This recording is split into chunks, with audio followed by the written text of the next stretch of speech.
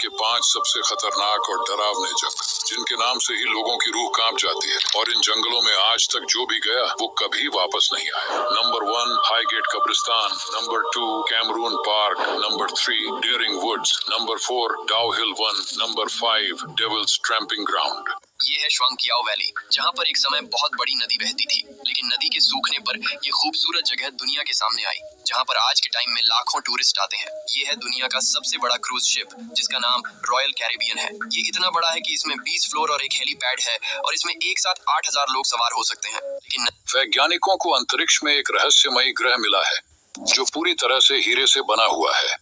वैज्ञानिकों ने इस ग्रह को 55 कैनक्रीई नाम दिया है। इस ग्रह का वजन पृथ्वी के भार का लगभग 8.3 गुना, और इसका आकार पृथ्वी के आकार का 2 गुना है। चाइना की एक ऐसी गुफा जहां पर जाने से वहां की सरकार भी डरती है, क्योंकि रात होते ही इस गुफा के अंदर से ऐसा खौफनाक आवाज आने लगता है, जिसे सुनकर लोग बहुत ज्यादा भयभीत हो जाते हैं। इसमें किसी इंसान की दर्दनाक तरीके से रोने की आवाज होती है। जब इस बात का पता गांव के मुखिया को चलता है, तो वह इस गुफा के अंदर जाने का फैसला करता है, क्योंकि कल ही रात से गांव के 2 लोग गायब हैं। लेकिन इन लोगों ने जो देखा वो सच में हैरान कर देने वाला था। लेकिन उससे पहले अगर आप भी हनुमान जी के सच्चे भक्त हैं, तो अभी के अभी इस वीडियो को लाइक करके चैनल को सब्सक्राइब जरूर कर देना, और कमेंट में हर हर महादेव लिखना तो भूलना ही मत। दरअसल गुफा के अंदर जाने के बाद इंसानी कंकाल मिलते हैं, जो गायब हुए 2 व्यक्ति में से एक का होता है। दोस्तों, आपने अमेज़न रेन फॉरेस्ट के बारे में तो बहुत सुना होगा, पर क्या आप जानते हैं अमेज़न रेन फॉरेस्ट कैसे बना? क्या ये पहले से ही था? चलिए जानते हैं। दोस्तों, ये बात है जुरासिक टाइम की, जब बहुत समय पहले धरती पर डायनासोरों का राज हुआ करता था, और अमेज़न रेन फॉरेस्ट की जगह पर एक नॉर्मल फॉरेस्ट हुआ करता था, क्योंकि बहुत से डायनासोर अपनी हैवी डाइट की वजह से इस जंगल को फैलने नहीं दिया करते थे। लेकिन दोस्तों, जब पृथ्वी पर उल्कापिंड गिरा, तो उसे समय डायनासोरों का अंत हो गया था। फिर दोस्तों, पृथ्वी पर हजारों साल बाद नए जीवन की शुरुआत हुई, और इन सब जीवन में से एक जीवन था अमेज़न जंगल का। जी हाँ दोस्तों, इस बार अमेज़न जंगल था, लेकिन उसे खाने वाला कोई डायनासोर नहीं था, और यह जंगल हजारों साल तक बिना रोक टोक के बढ़ता रहा, और फिर जन्म हुआ एक विशाल जंगल का, जिसे आज हम अमेज़न जंगल के नाम से जानते हैं। क्या आपको पता है, जब पृथ्वी पर पानी था ही नहीं तो पहली बार यहाँ बारिश कैसे हुई थी? दरअसल ये बात है आज से लगभग 4 अरब साल पहले की, जब हमारे पृथ्वी का जन्म हुआ था।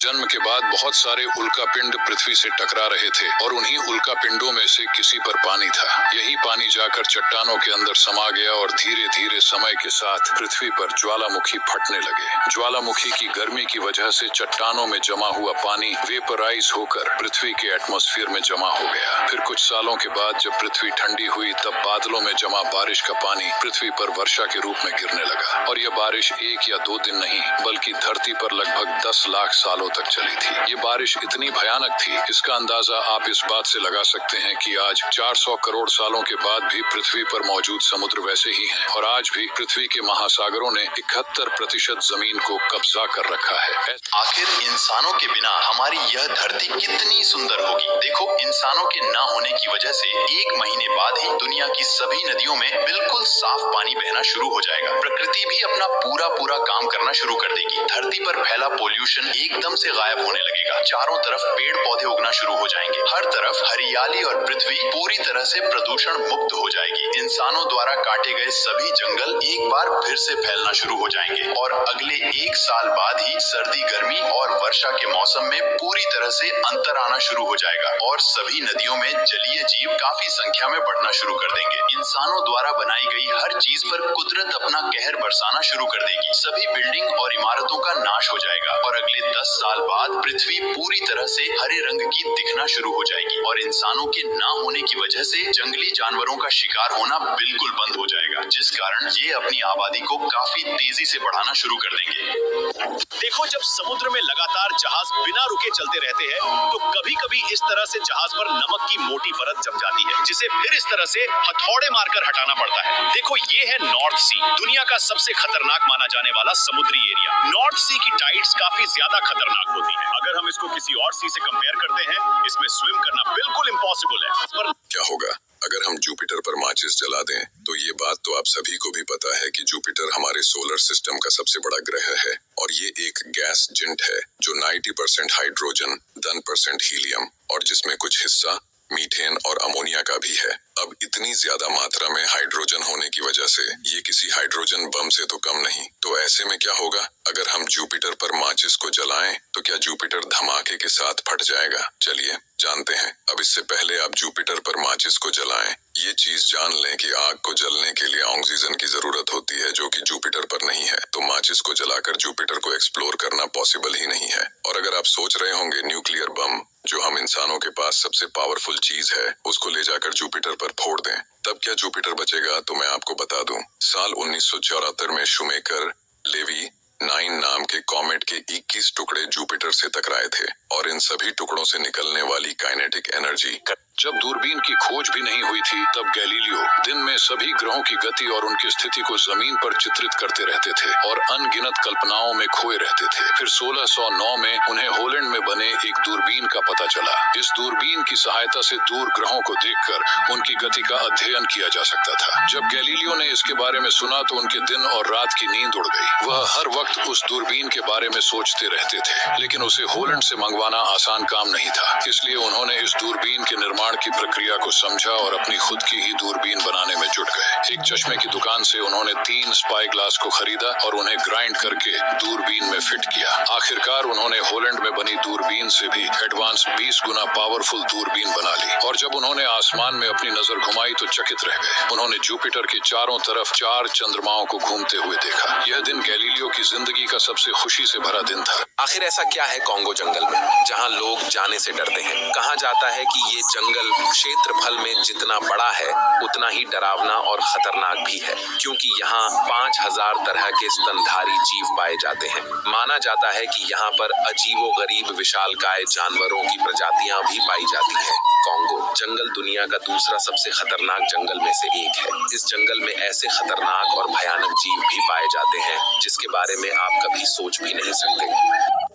ये है फ्रांसियम। ये अब तक हमारी अर्थ पर पाए जाने वाले एक्सपेंसिव मेटल्स में से एक है। ये इतना एक्सपेंसिव है कि उसकी 1 ग्राम से 700 रोल्स रॉयस कार्स खरीदी जा सकती है। लेकिन सबसे इंटरेस्टिंग बात यह है कि ये नेचुरली एग्जिस्ट ही नहीं करता। इसकी हाफ लाइफ 22 मिनट है, यानी कि जब इसे लैब में तैयार किया जाता है तो ये 22 मिनट में आधा खत्म हो जाता है। इसलिए इसे कलेक्ट करना सबसे मुश्किल है। इसकी 1 ग्राम की कीमत तकरीबन $1 बिलियन है, यानी कि 1 ग्राम की कीमत 7000 करोड़ रुपए है। हालांकि इसकी हाफ लाइफ के कारण इसे कभी ट्रेड किया ही नहीं जा सकता, पर इसे आखिर बनाया ही क्यों जाता है? दरअसल फ्रांसियम न्यूक्लियर और मेडिकल रिसर्च में बहुत यूज किया जाता है, इसलिए ये उनके लिए बहुत जरूरी है। पर क्या आपको पता है अभी तक पृथ्वी पर पाए जाने वाला सबसे बड़ा जंगल अमेज़न जंगल नहीं है, क्योंकि एक रिसर्च के अनुसार अभी तक पृथ्वी पर पाए जाने वाला सबसे बड़ा जंगल समुद्र में पाया गया है। इस जंगल का आकार काफी बड़े क्षेत्रफल में फैला हुआ है और ये आकार में भारत के क्षेत्रफल से 2 गुना बड़ा है, यानी कि ये जंगल भारत से 2 गुना बड़ा है। इस जंगल के अंदर बड़े बड़े समुद्री केल्प और समुद्री वीड के पौधे पाए जाते हैं, जिस वजह से इस जंगल को केल्प फॉरेस्ट भी कहते हैं। पता है, हाल ही में खुदाई के दरमियान भारत के गुजरात राज्य में मिला वैज्ञानिकों को दुनिया के सबसे बड़े सांपों का राजा कहे जाने वाला वासुकी नाग का जीवाश्म, जिसे देख वैज्ञानिक भी दंग रह गए। ये सांप आज से लगभग 4.70 करोड़ साल पहले धरती पर राज करता था। इस सांप की कुल लंबाई 36 से 49 फीट तक होती थी और इसका वजन 1000 किलोग्राम के आसपास था। वासुकी नाग को हिंदू भगवान शिव का नाग कहा जाता है। वैज्ञानिकों ने खोज के दौरान ये पाया कि यह सांप डायनासोर, एनाकोंडा, टाइटानो जैसे प्राणियों से भी कई गुना अधिक विशाल था और ये सांप दिखने में काफी खतरनाक व डरावना था। अगर आपको ऐसे ही और रहस्यमयी चीजें जानने में दिलचस्पी है तो हमें फॉलो करें। हमारी बॉडी में सर्कुलेशन, ब्लड का सर्कुलेशन कैसे होता है, यानी खून कैसे कहाँ से आता है, तो मैं आपको दिखाऊंगा इस बॉडी में। तो जैसे हमारे ये दोनों फेफड़े दिख रहे हैं, राइट लंग, लेफ्ट लंग, ये राइट है, ये लेफ्ट है, इनको हटा देता हूँ जिससे आपको हार्ट दिखेगा अंदर। जैसे मैं इनको हटाऊंगा आपको ये हार्ट दिखने लगा। ये हार्ट है, इसके अंदर 4 चैम्बर होते हैं, यानी कि 2 एट्रियम, 2 वेंट्रिकल। तो जो खून आएगा कार्बन डाइऑक्साइड वाला वो आएगा सुपीरियर वेना कावा से ऊपर की बॉडी का, और नीचे से इन्फीरियर वेना कावा ये वाला जो है, ठीक है। खून आ गया हमारा राइट एट्रियम में, राइट एट्रियम से जाएगा राइट वेंट्रिकल, राइट वेंट्रिकल से ये खून जाएगा पल्मोनरी आर्टरी के थ्रू दोनों फेफड़ों के अंदर। फेफड़ों के अंदर क्या होगा, खून में से कार्बन डाइऑक्साइड बाहर आ जाएगा, ऑक्सीजन ये अंदर आएगा। ऑक्सीजन लेके वो फिर खून की नस जो है पल्मोनरी वेन जो है लौट के फिर से हार्ट के लेफ्ट एट्रियम में आएगी, लेफ्ट एट्रियम से लेफ्ट वेंट्रिकल में जाएगा, फिर ये आयोटा से पूरी बॉडी में, यानी ये पूरी बॉडी में आयोटा जो है पूरी बॉडी में खून सप्लाई करेगा। फिर से वो खून पूरी बॉडी को सप्लाई करके ये superior vena cava, inferior vena cava से लौट के राइट एट्रियम में आता है। तो ये इसको बोलते हैं cardiovascular system. Fact number 1, blue whale एक सांस में 2000 गुब्बारों जितनी हवा खींचती और बाहर निकालती है।